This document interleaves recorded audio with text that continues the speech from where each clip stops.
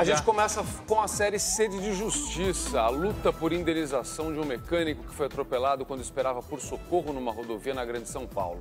Um ônibus passou por cima do carro dele, do Rafael. Ele perdeu o movimento das pernas e teve outras graves sequelas. 9 anos depois, o processo ainda não foi julgado. Esse é mais um episódio, como eu disse, da série Sede de Justiça, que você acompanha na reportagem da Mariana Moreno.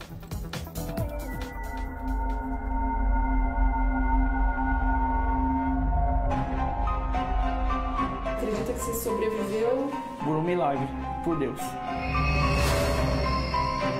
Rafael escapou por muito pouco da morte. As fotos do acidente mostram como ficou o carro em que ele estava.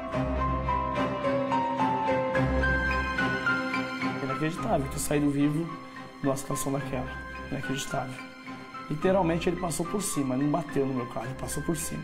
O mais revoltante é que ele estava errado. Sabendo que eles estão errados, entendeu? Eles não assumiram o erro, o cobrador fala que não viu nada. Ele já devia estar vendo que ele estava fora do itinerário. Rafael estava parado na beira da rodovia com o carro quebrado quando foi atingido por um ônibus. Com o impacto da batida, quebrou a coluna e perdeu o movimento das pernas. Isso foi há quase 10 anos e até hoje ele não recebeu nenhum tipo de apoio ou auxílio financeiro para reparar os danos. Cadeira de roda, adaptações com a casa, com o remédio, é tudo aí minha família. É triste você estar numa situação dessa e ser deixado, né, pelas pessoas que fizeram isso comigo, né? É revoltante. A gente só quer justiça, é só isso, mais nada, que a lei se cumpra.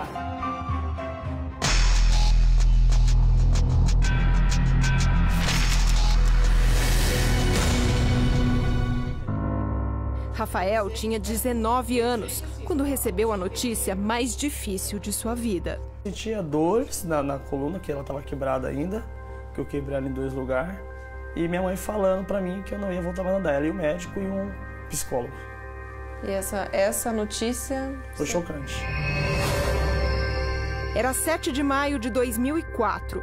Rafael voltava para casa em Barueri, na Grande São Paulo, quando o carro dele parou de funcionar por causa de uma pane elétrica. Naquele trecho da rodovia Raposo Tavares, não havia acostamento e ele tentou parar bem perto do guarda-reio.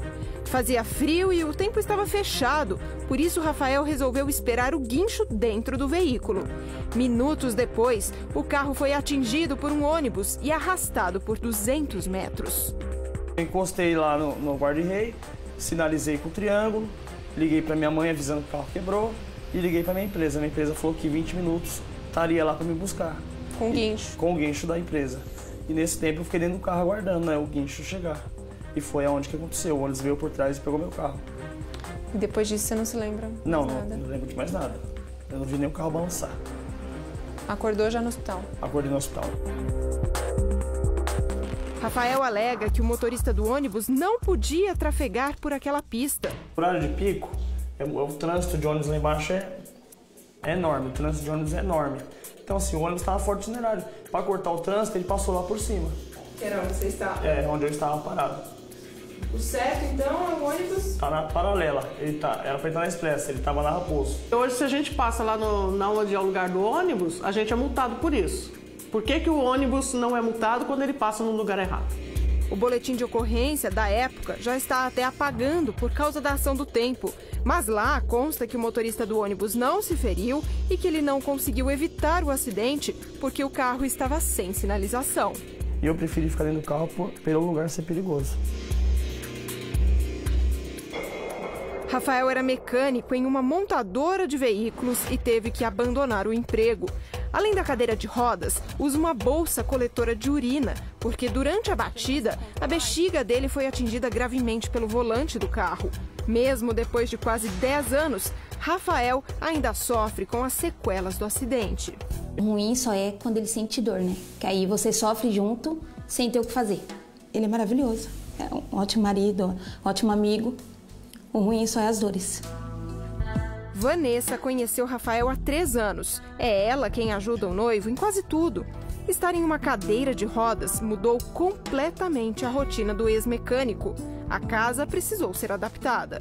A minha maior dificuldade é essa. Tem que pular para aqui, daqui eu pulo para essa e para entrar nesse banheiro apertado. A dificuldade é aqui, ó. é passar aqui, ó. Ó, é bem rente, tá vendo? Aqui era minha casa. Como eu fiquei impossibilitado de arranjar uma casa para ele onde não tivesse escada, porque aqui onde nós moramos todas as casas têm escada, tá? Então eu resolvi ceder a minha casa para que meu filho viesse morar aqui, porque ele precisa muito de mim. A gente praticamente vive junto, porque eu moro na casa de cima e ele aqui embaixo, porque ele tem muitas dores, principalmente à noite. Rafael é pai de um menino, que na época tinha apenas 2 aninhos. Para sustentar a família, ele conta com a ajuda dos pais, que são comerciantes, e com o dinheiro da aposentadoria, pouco mais que um salário mínimo. Só com remédios, o gasto é de cerca de R$800 por mês. É só a família, porque assim não tem apoio de ninguém, né? Nem da empresa, nem da concessionária.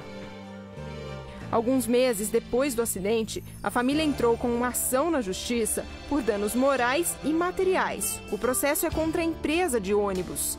O valor da indenização é de R$200 mil. Perdi uma carreira, né? Perdi tudo. O processo de Rafael corre aqui no Fórum de Cotia há quase uma década. Até agora, 3 audiências foram feitas para ouvir testemunhas de acusação, pessoas que estavam dentro do ônibus e viram o acidente. Atualmente, esta comarca está com mais de 90 mil processos em andamento e tem apenas 290 funcionários, incluindo juízes. A sobrecarga de trabalho é grande, praticamente 300 processos para cada funcionário. Nunca fui ouvido, nunca fui ao fórum, nunca teve julgamento. É isso que eu acho estranho. E não faz pouco tempo, né? Não, vai fazer 10 anos. Esse caso é revoltante. A justiça no Brasil só vale para quem tem dinheiro. Para quem não tem, não vale. Rafael conta que em 2008, a pedido da justiça, passou por uma perícia para comprovar que está na cadeira de rodas, mas foi informado que o exame sumiu. Eu fiz a perícia, compareci no dia, fiz a perícia tudo certinho, fiz outra em 2013, agora perguntei pro perito, o perito falou que ela sumiu. O Departamento de Estradas de Rodagem, o DR, informou que a rodovia Raposo Tavares é uma construção antiga e, para melhorar o tráfego, foi necessário implantar mais faixas na pista e eliminar alguns trechos de acostamento. Quanto à circulação de ônibus na pista, o DR explicou que cada empresa depende de uma autorização específica. Já a companhia de ônibus Danúbio Azul informou que a Aviação Vida Azul, que se envolveu no acidente, já não opera mais e que o caso está sendo acompanhado na justiça. A nossa indignação é de saber, assim, que uma pessoa se encontra numa cadeira de roda com tantos problemas e as pessoas fazem de conta que não viram nada, né? Onde está a consciência das pessoas? Sabe por quê? Quem perde noites de sono com meu filho porque ele não dorme, com dores, sou eu. É a esposa dele, é o filho dele. O que a gente quer é simplesmente que seja feita justiça. Nós não queremos nada que não é nosso. A gente só quer o que é de direito do meu filho. Eu preciso, antes que eu morra, que esse caso seja resolvido. Mas eu não vou desistir, eu vou correr atrás do meu direito. Eu vou correr atrás do meu direito.